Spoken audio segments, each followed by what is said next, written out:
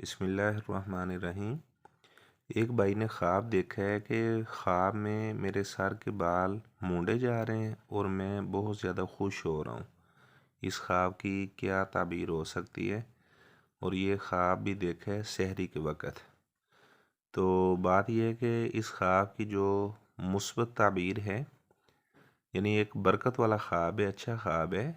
اس میں ہم اس کی تعبیر دیکھیں، جب آدمی عمرہ کرتا ہے یا حج کرتا ہے تو سر کے بال جب وہ منڈوا دیتا ہے یا کینچی سے کٹواتا ہے تو سر کے بال منڈوانا ہی چاہیے، کیونکہ آپ صلی اللہ علیہ وسلم نے 3 بار دعا کی ہے ایسے لوگوں پر جو حلق کروانے والے ہیں، سر کے بال منڈوانے والے ہیں۔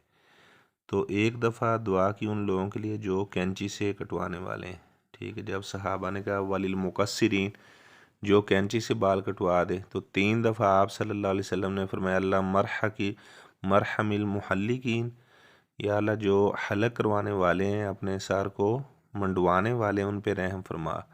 دوسری بار بھی یہی کہا، تیسری بار بھی یہی کہا، چوتھی بار آپ نے فرمایا وللمقصرین، جو کینچی سے سر کے بال کٹوانے والے ہیں، ان کے لیے پھر آپ صلی اللہ علیہ وسلم نے یہ دعا فرمائی، ان کے اوپر اللہ تعالیٰ رحم فرمائے۔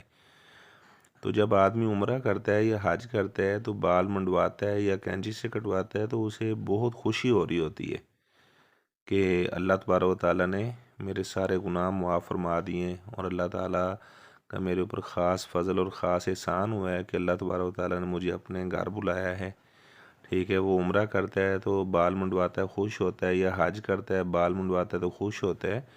تو اس سے یعنی حج یا عمرہ کرنے کی طرف اشارہ ہے، یعنی بہت برکت والا خواب ہے۔